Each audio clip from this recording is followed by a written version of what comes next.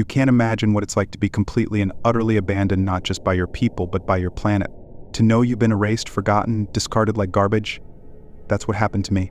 I was once someone important, a leader of Earth's last rebellion against the alien invaders who conquered our planet. For years we fought, hiding in the ruins of our cities, refusing to bow, and I was at the forefront of it all, rallying the survivors, keeping the fire of resistance alive. But in the end, it wasn't the aliens who broke me. It was my own kind. Betrayal is a bitter knife, and mine came from the people I trusted most. They sold me out, hoping to earn mercy from the alien overlords. I was dragged in chains before the towering insectoid creatures who now ruled Earth. Their multifaceted eyes glinted with cold amusement as they decided my fate. Death would have been kinder. Instead, they sent me to their prison. The prison wasn't on Earth. No, that would have been too merciful. It was a massive structure floating in space, orbiting a gas giant in a distant star system. It wasn't a facility, it was a world. A massive, hollowed-out asteroid reinforced with alien technology, kept in place by gravitational stabilizers and automated systems. There were no guards here. No cells, no surveillance. The aliens didn't waste resources managing the prisoners because they didn't have to. Once you were dropped into this hell, you were on your own.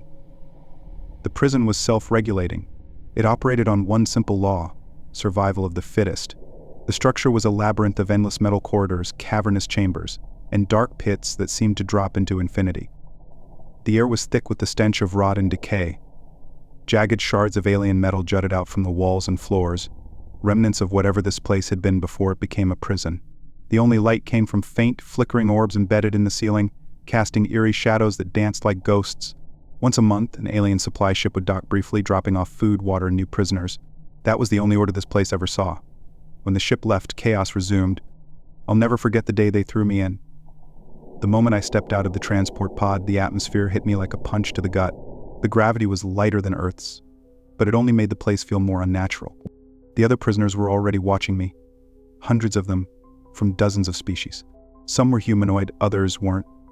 They were filthy, scarred, and feral, eyes glowing in the dim light, teeth bared. They didn't see a fellow prisoner when they looked at me. They saw meat. The first attack came before I even had a chance to breathe. A group of reptilian creatures lunged at me, their claws slashing through the air. I fought back, grabbing a shard of metal from the ground and swinging it wildly. I managed to take one of them down, but more kept coming. I thought that was the end. I was ready to die. But then he arrived. He was a towering, reptilian alien, easily 9 feet tall, his body covered in thick, scarred scales that gleamed in the dim light. His eyes glowed like molten lava, and his claws were tipped with serrated edges, each one capable of gutting a man in a single swipe. He was the leader of the prison's dominant faction, and his name, though I later learned it was unpronounceable in human language. To me, he was just the warlord. He didn't join the fight. He simply watched, his massive arms crossed over his chest, his lip curling in amusement. When the others hesitated at his presence, he stepped forward and spoke in a guttural voice that echoed like thunder. You fight like prey, but you refuse to die? Interesting. You are weak, but perhaps you will amuse me. You will be my pet. And just like that, my life was spared not out of mercy, but because I entertained him. Over the next few weeks, I learned the rules of this place, or rather, the lack of them. The prison was divided into 3 factions. The criminals, these were the rulers of the prison. The strong, the cunning, the ones who controlled the food and water and decided who lived and who died. The warlord was their leader, and his word was law. They were made up of the worst war criminals, traitors, murderers. Even some humans were among them, people who had betrayed Earth to the aliens and were now paying for it here. The weak, that's where I ended up. The bottom of the hierarchy. We were the prey, the playthings. The criminals toyed with us, used us for their amusement, or simply fed us to the monsters when they grew bored. Life expectancy for the weak was measured in days. The monsters, the most terrifying part of the prison. These weren't prisoners. They were alien beasts, massive, otherworldly predators that had no concept of reason or fear. Long ago, the criminals had managed to trap the monsters on one side of the prison, building a wall to keep them contained. But the cost of keeping them there was high. Every day, the criminals fed one of the weaklings to the monsters a sacrifice. It was the only way to keep them calm. I wasn't content to survive. I wanted out. It took months of careful planning, observation, and manipulation. I befriended the other weaklings, earning their trust.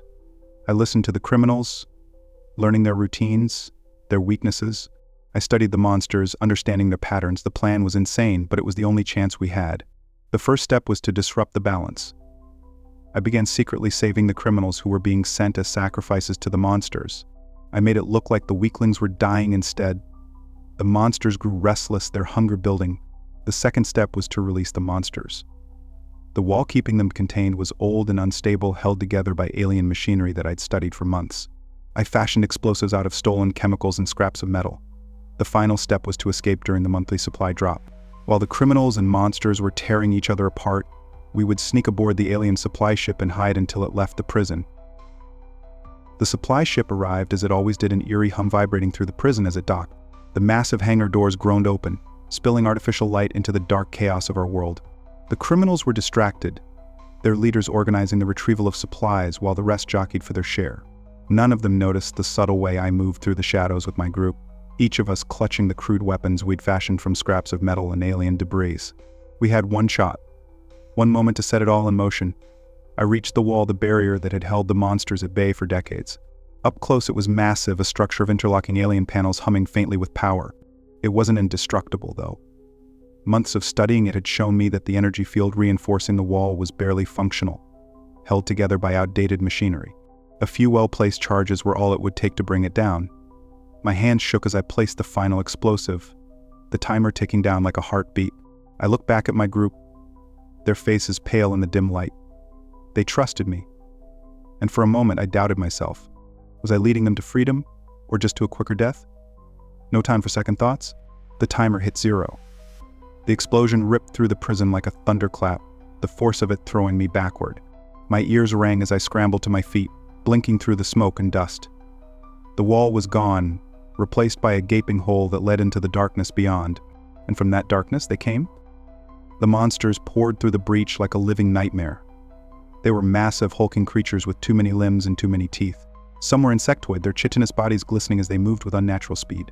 Others were reptilian, their scales reflecting the flickering light as they roared and charged.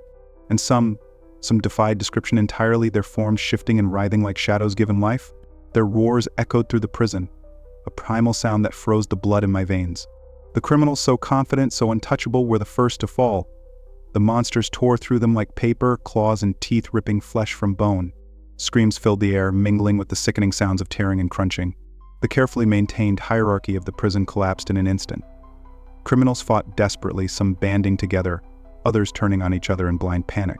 The weaklings scattered, running in every direction, their only thought survival. My group and I moved through the chaos, sticking to the shadows. The plan was simple: reach the supply ship before it left. But the path was anything but easy. The monsters didn't discriminate. To them, we were all prey. As we navigated the carnage, we were forced to fight off not just the creatures but other prisoners as well. Panic had turned everyone into animals. And more than once, I had to put a blade through someone who tried to drag me down in their desperation to escape. One of the creatures, a massive, insectoid beast with serrated legs, cornered us in a narrow corridor. Its multifaceted eyes glinted with hunger as it charged, its mandibles clicking. We fought desperately, jabbing at it with our makeshift spears, but it was like trying to stop a hurricane with a toothpick. It killed 2 of my group before we managed to drive it off, their screams cutting off abruptly as the creature dragged them into the shadows. Well, I wanted to mourn them, but there was no time. Grief would have to wait, if it ever came at all. We reached the hangar as the chaos behind us reached a crescendo. The monsters had turned the entire prison into a war zone. Fires burned in the distance, casting flickering light over the carnage. The criminals' leaders were trying to organize a defense, but it was hopeless. The monsters were unstoppable and the prisoners were too fractured to stand together. The supply ship loomed before us, its sleek, alien design a stark contrast to the jagged chaos of the prison. It was massive, its cargo hold open and automated loaders moving crates inside. The ramp leading into the hold was guarded by 2 aliens, tall, spindly creatures with elongated limbs and glowing eyes. They were armed with strange, pulse-like weapons that hissed with energy. We couldn't fight them. We didn't have the firepower. So we waited, hiding in the shadows, watching as they turned their attention to the chaos outside. The monsters had reached the hangar, and the aliens were focused on them, firing their weapons at the advancing creatures. It was our chance. "Go," I whispered, and we moved as one, staying low and quiet. We slipped past the guards, sticking to the blind spots created by the moving crates. My heart pounded in my chest as we entered the cargo hold, the alien airlock hissing shut behind us. We found a dark corner to hide in, wedging ourselves between towering crates of supplies. As the ship's engines roared to life, I allowed myself a moment of hope. For the first time in years, I felt the weight of the prison lift from my shoulders. We were leaving. But as the ship rose into the void of space, that hope began to sour. The others were silent, their faces pale and drawn. We had escaped the prison, yes, but at what cost? We'd left people behind, friends, allies. I could still hear their screams in my head, could still see the blood on the ground. And then there was the question of the ship itself. We had no idea where it was going. It could be heading to another prison, or worse, back to the alien homeworld. And even if it wasn't, the aliens would realize we were aboard soon enough. As I sat in the darkness, the cargo hold humming faintly around us, I felt the weight of it all settle on my shoulders. The prison had been hell, but at least it was a hell I understood. Now we were adrift in the unknown, hunted by creatures far more powerful than us. In the vast, cold void of space, there are no happy endings. Only the promise of something worse waiting just beyond the next horizon.